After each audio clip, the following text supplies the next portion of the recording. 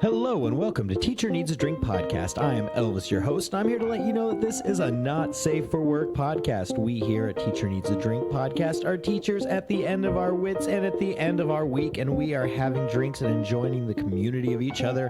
And with those drinks, sometimes our lips get a little loose and we say something that might be a little crass, off color, and there's definitely some words dropped in there. We're using pseudonyms to remain anonymous because we love our jobs. Teacher Needs a Drink podcast is sponsored by Ludlam Dramatics Educational Theater Posters. If you know a theater teacher or if you are a theater teacher who needs classroom educational posters that are theater specific, go to ludlamdramatics.com. That's LUDLAMDRAMATICS.com. Use the code TNAD15 to get 15% off your entire order at checkout. If you're interested in sharing a story with us, you can tag us on Instagram or Facebook, or you can go to the Contact Us link on our website, teacherneedsadrinkpodcast.com. Please be sure to follow us and leave a review. Today we have a wonderful episode. Miss Sparkles is back along with Bunny O'Hare and Mr. Yoda. And we also have a guest in young Lisa Marie who is here to help us out. Please enjoy this episode of Teacher Needs a Drink podcast. Cheers! Hello and welcome to Teacher Needs a Drink podcast. I am Elvis, your host, and next to me today I have Mr. Yoda. How are you doing, Mr. Yoda? I'm doing fantastic, thank you. I'm glad to have you. And across from me I have Miss Bunny O'Hare. How are you doing? I'm great, Elvis. Wonderful. And of course, after a long absence, we have Miss Sparkles returning. Hello, Miss Sparkles. How are you? I'm doing okay. Excellent. Well, I'm happy you guys are back. Solidarity, sister. Solidarity. Woo-hoo.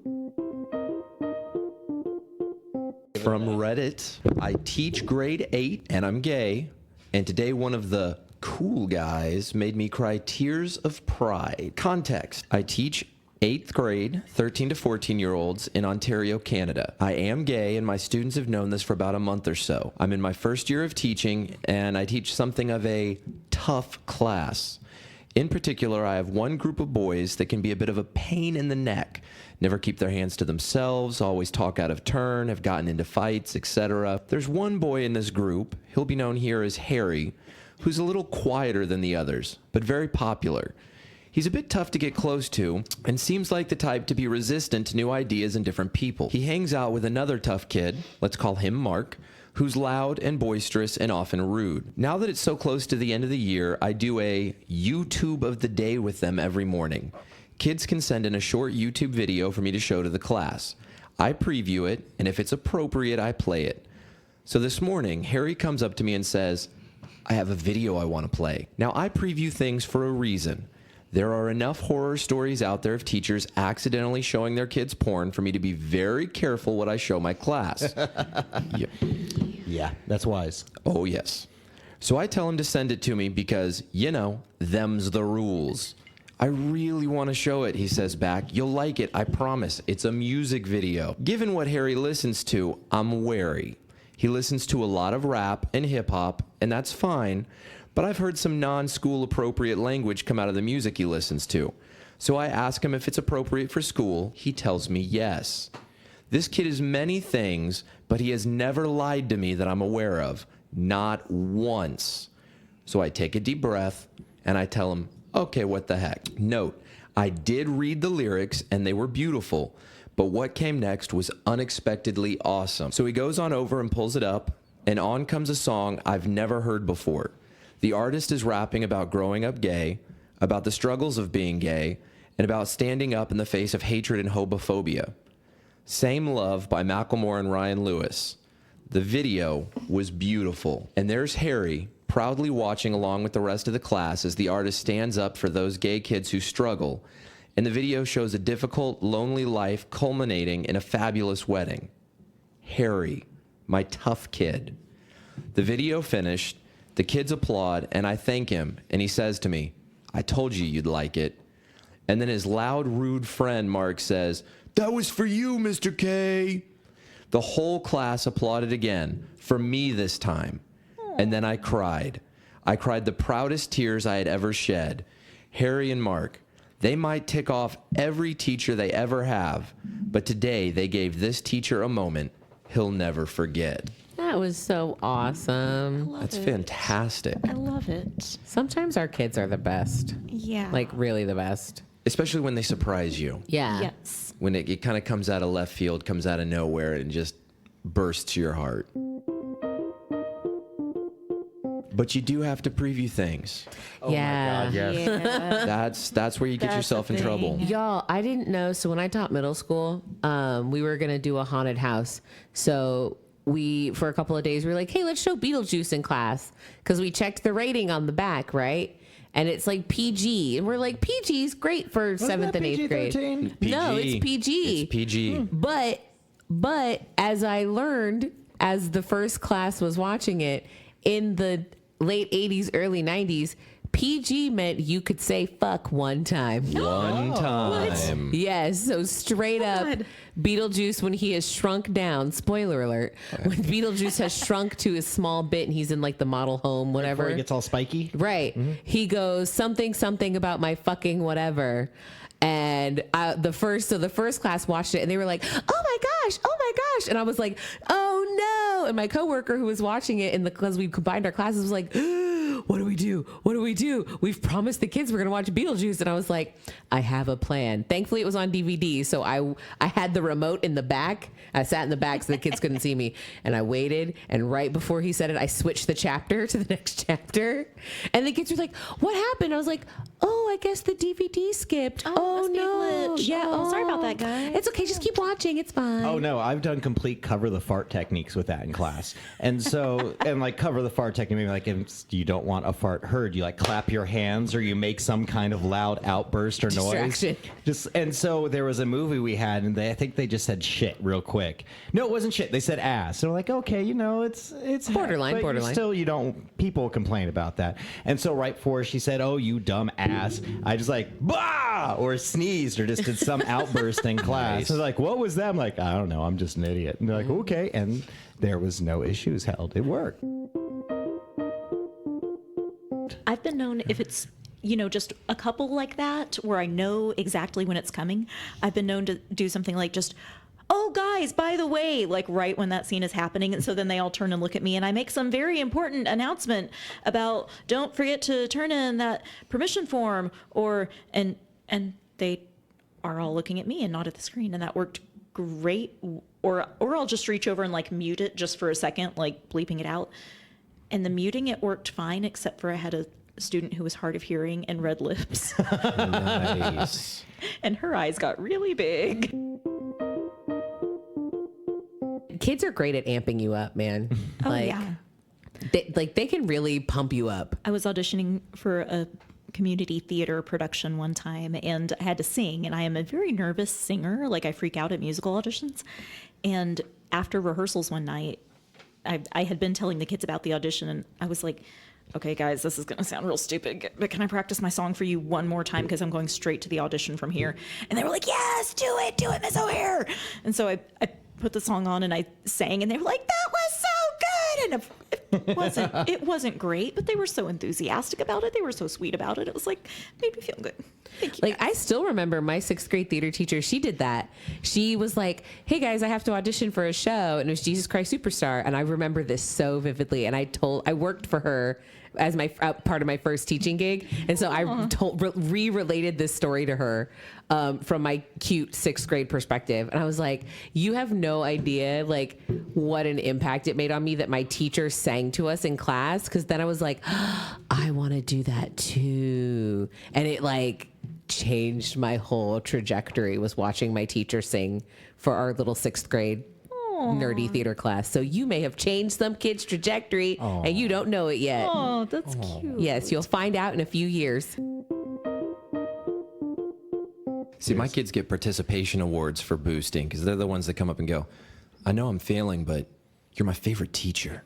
Yeah, you're not getting extra points for that. Sorry. But thank you. I think it's that I show, The appreciate Good that. Place, where motivation is part of what gets you points to get into heaven or hell. Like, no, the motivation behind that was not sincere. That wasn't out of true, goodness in your heart.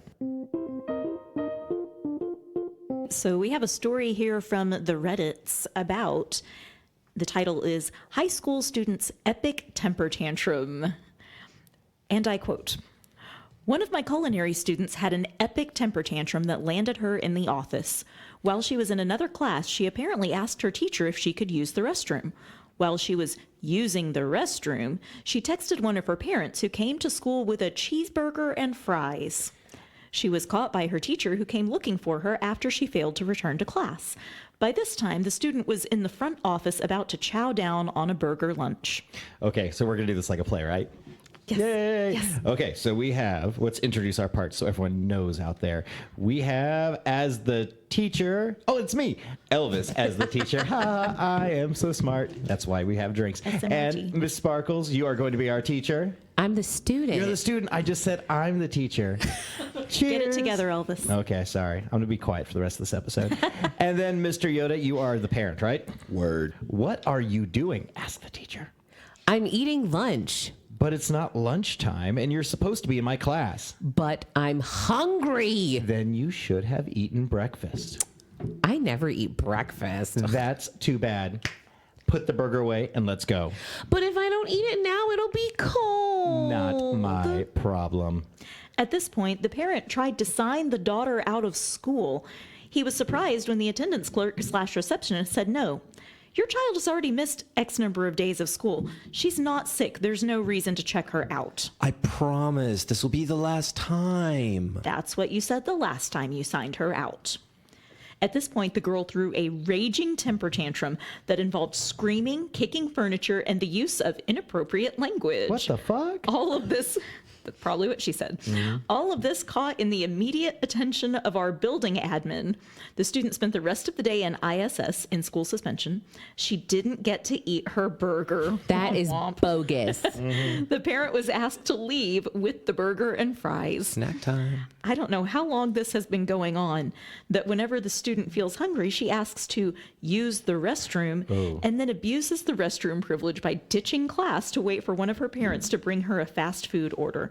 I can't imagine what her father was thinking. Whoa. So according to this, she's That like, is excuse me, I need to special. use the restroom. And then she comes back with like taco breath. She's got like ketchup on her chin. So ridiculous.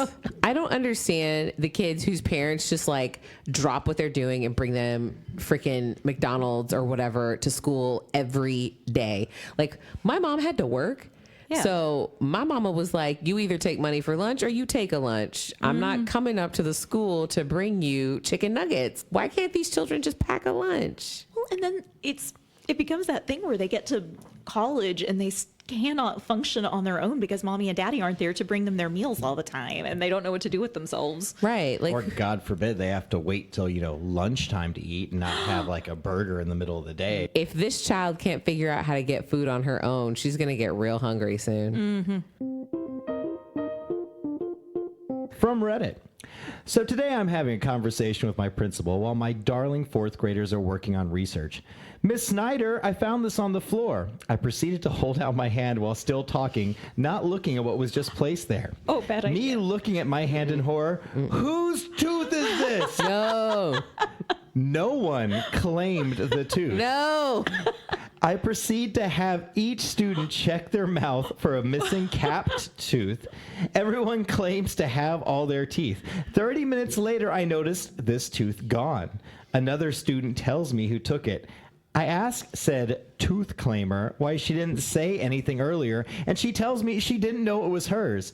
How does a 10-year-old lose a tooth and not realize it? And to top it off, this is the second time in 4 years this has happened. What? An unclaimed lost tooth.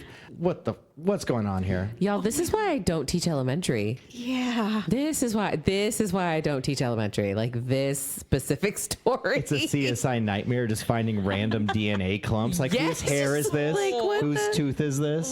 That sounds like junior high still. Oh, I mean, yeah, you're not wrong. That's so gross. Like, first of all, that the kid picked it up, and then secondly, that this kid was like, I don't know whose tooth this is. I'll just put it in teacher's hand. I don't do shoelaces and I don't do teeth. Nope. And a lot of I work with young kids and sometimes really young kids. They'll come like, I have a loose tooth and wiggle, wiggle, wiggle. Like, no. No. Keep all bone marrow, everything in your mouth. I don't. Keep it.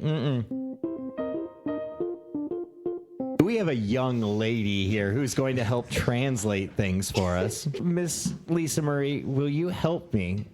and inform me, what the hell is a Vsco Girl? A Vsco Girl is, well, Vsco's an app. It's a photo editing app. So a Vsco Girl is someone who wears very large t-shirts and very short shorts. So it looks like they're not wearing pants. They are very into saving the planet. So plastic straws are a no. Plastic bottles are a no. So hydro flasks all the way, you know? Is this like a horrible thing? Like, so if she's like, Miss Bunny O'Hare is such a Vsco Girl, are they being derogatory, nasty towards her? Only in some context. If they say the Vsco sayings, which is, and I oop, and their laugh, which is, Whoa. Is that what that noise is supposed to be? It's supposed to be a laugh? That's what it is, and it's stupid. Sorry. It's throat punch worthy. What? Is that what that that's is? their laugh. Now, is this a real, where does that, I'm sorry, I'm out of the loop. Where did this is all from an app? Is there some like YouTuber who's doing this and they're all No, copying it's just it? Or? kind of like one of those things where they all do it, and you don't know where it started or who did it first. It just all kind of like gets thrown at you. Bro, And I they saw love scrunchies. Yes, Scrunchies, I saw a messy list buns. on BuzzFeed that was like how to know if you were a late 90s Vsco girl, and apparently I was, and I didn't even know it. No, I do not laugh like that, ma'am. I didn't even know that was a laugh. No, I definitely did the oversized t-shirts and shorts, but I didn't because I hated shorts. No, the thing makes me want to like punch a baby. Like I hate. I that. didn't know what it was. So like the kids have been doing it, and I was like, I don't understand what's a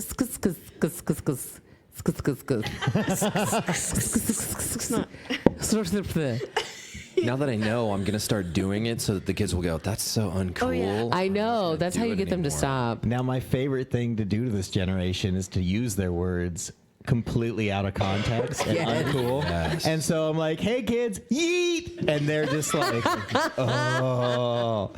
So, Oh, yeet. so let's keep moving with this. Also, save the turtles is a very big thing. They love saving the turtles. That's what the Vsco Girls do. They save the turtle. Well, hey, Save that's the turtles. important. That's why plastic straws are no-no and metal straws are all the way. All right. I like it. Okay. Well, Vsco Girls, thank you for trying to save the planet. That's at least something. Word. All right. The next one, because I scream it at the kids and at my own son all the time. What the hell is yeet? Go ahead. Tell us.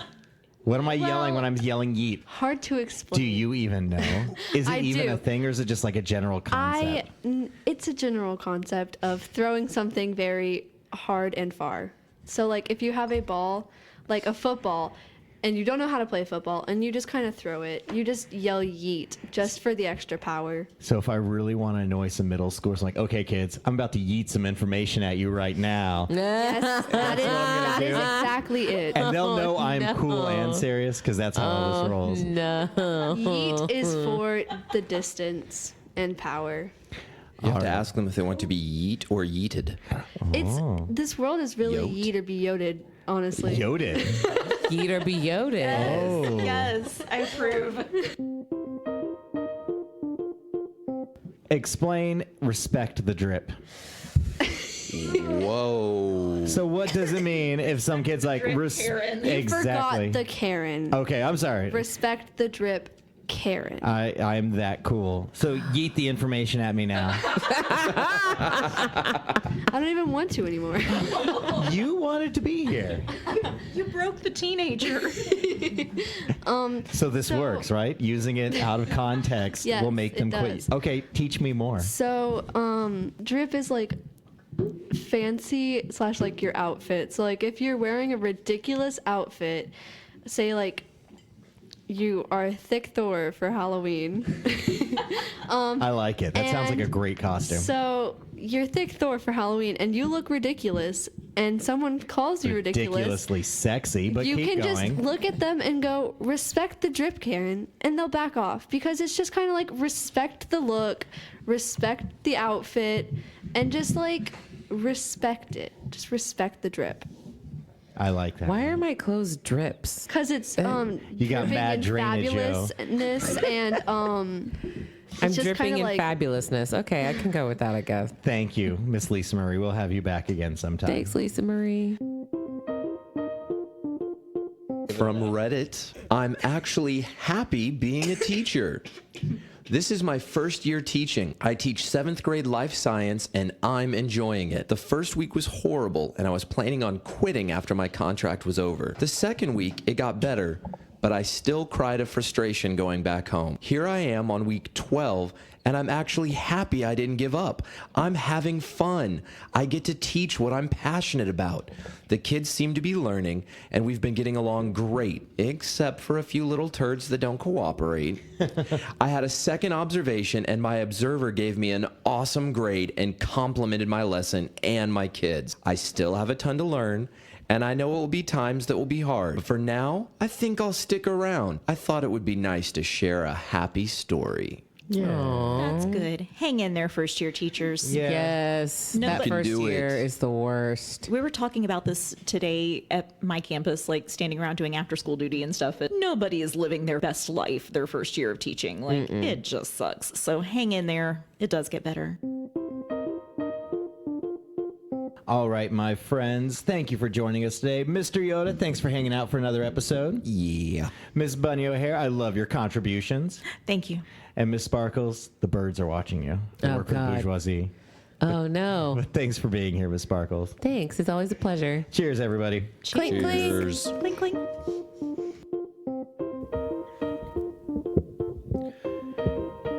Thank you for joining us for another episode of Teacher Needs a Drink Podcast. Teacher Needs a Drink Podcast will be released every Wednesday. A big special thanks and love to Miss Sparkles and Lisa Marie and Bunny O'Hare and Mr. Yoda and, of course, the lovely Priscilla, who is by my side for almost all of this awesomeness.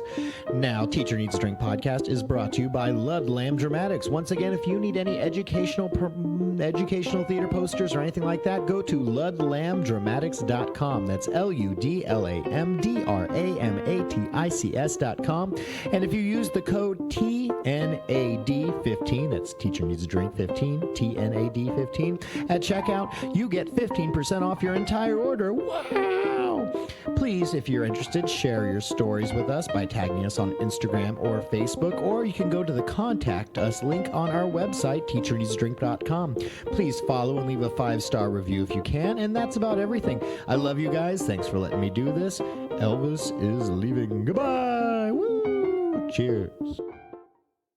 There is no tooth fairy, and destroy all of their hopes and dreams. Oh. What? Yoda? What? Destroy. No, the what? Hopes The thing that you said and before dreams. about there not being a what? You just broke Bunny, Mr. Yoda. How could you? I can tell you a secret about another bunny.